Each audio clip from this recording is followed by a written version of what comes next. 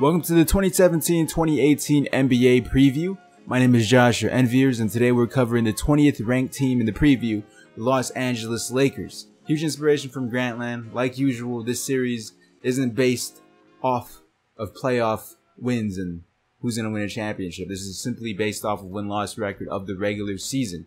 And if we're talking about regular season, last season, the Lakers only won 26 games. This season, I have them making 32 to 34 wins in the regular season, drastically improving just by trading their quote-unquote young best player. I said that reverse. Best young player. There you go. Last season, the Lakers dug themselves a hole by signing Timothy Mozgov for an insane contract. And Luol Deng too, but Timothy Mozgov was like one of the first free agents of last season to sign on a team.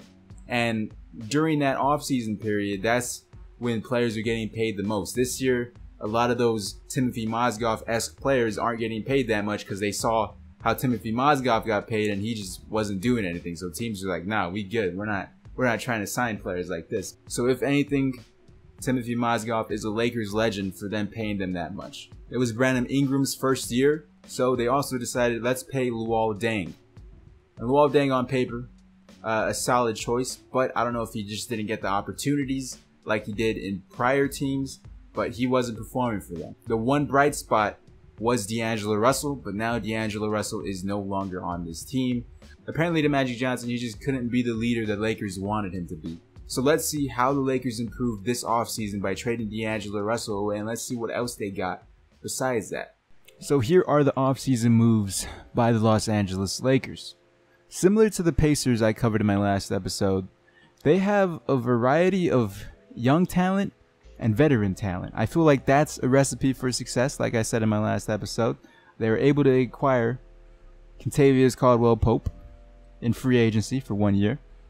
Brook Lopez was traded to the Lakers for D'Angelo Russell and Timothy Mozgov's huge contract.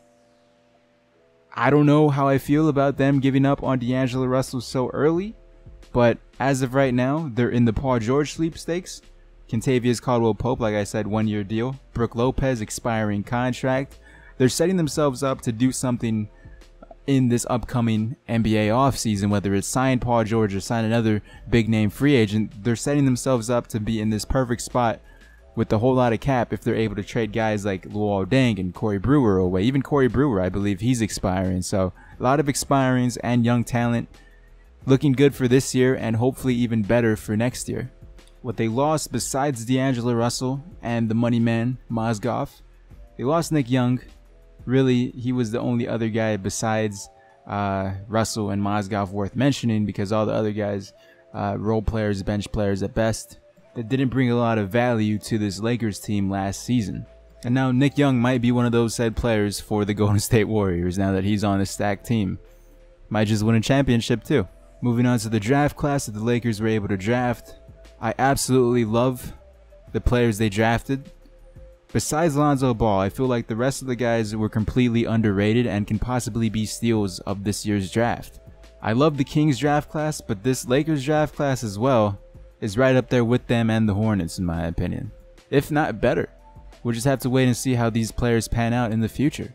So now moving on to the Lakers rotation, we have Lonzo Ball, Kentavious Caldwell-Pope, Brandon Ingram, Julius Randle, and Brook Lopez. That starting five is young. Even Kentavious Caldwell-Pope is fairly young as well. With Brook Lopez being one of the veteran guys who's been in the NBA before, and he's carried the Brooklyn Nets teams once before as well. Hopefully Brook Lopez can stay healthy as well, considering if he does, they could possibly be flirting with the 8th seed spot in the Western Conference playoffs.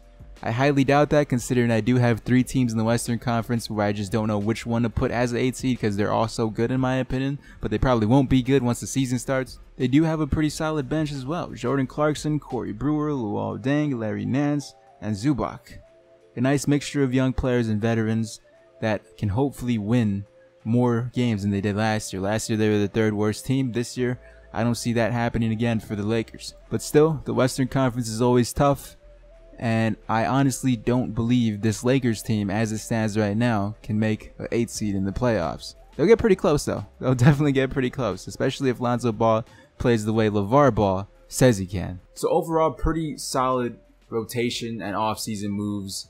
In the Western Conference, they're probably going to be the fifth worst team in the NBA, or in the NBA Western Conference, just because the Western Conference is kind of stacked. So my question to the Los Angeles Lakers is, can Lonzo Ball be the leader that D'Angelo Russell wasn't? Personally, I'm a huge D'Angelo Russell fan, and I don't know if Lonzo Ball is going to immediately take that spot and just run with it and become Rookie of the Year. That'd be great if he could. But if we base anything off of Summer League, which we shouldn't considering it's a super small sample size, but in this case, we're basing things off Summer League, Lonzo Ball was getting triple doubles. If he's able to even get 1 or 2 triple doubles and play a full season, doesn't get hurt, I feel like he's a shoo-in for Rookie of the Year this year, considering he has the passing ability, he has the scoring ability, and I honestly feel like Kyle Kuzma was a product of Lonzo Ball in Summer League. I don't think Kyle Kuzma would have been that nice if he was on a different team. These are just my opinions. I didn't watch Kyle Kuzma as a collegiate player, but I honestly believe in Summer League, Lonzo Ball made his teammates better, and Kyle Kuzma was a product of Lonzo Ball being that good. So if Lonzo Ball can replicate that during the regular season, which I'm sure he can, unless he gets injured by those big baller brand shoes, not only can he possibly win Rookie of the Year, but he could right off the bat already be a better leader than D'Angelo Russell was his first 2 years. Lonzo is a passing point guard compared to D'Angelo Russell, who is a scoring point guard, 2 guard. I don't know. It's positionless basketball, but D'Angelo Russell scores the basketball easier than Lonzo Ball can at this moment. So hypothetically speaking, if you forget everything LeVar Ball has said about his son, how he's better than Steph Curry, and how he has way overpriced shoes, if you forget every negative aspect about that and focus on Lonzo Ball as a player, a basketball player, you can't deny that he might just win Rookie of the Year this year. I honestly don't feel like Markelle Fultz has it in him to make his team better as Lonzo Ball can, at least in his first season. It's going to be an interesting rivalry to see continue going onwards between Markelle Fultz and Lonzo Ball. But as of right now, I feel like Lonzo Ball is the better point guard for what the Lakers need, and ultimately the better leader. So with that said, if you guys enjoyed this video, be sure to leave a like. It really helps my channel grow, considering I do put in a lot of effort in. I would appreciate it if you did. Before you go, check out some of these other videos on screen right now. The playlist to this series is in the description if you want to binge watch it. I don't blame you. Along with my Twitter, @Enviers. Follow me on Twitter if you want to chat about this series or anything else. Keep sharing the videos around so this series can grow and we can continue to be great. I'll talk to you guys in the next one.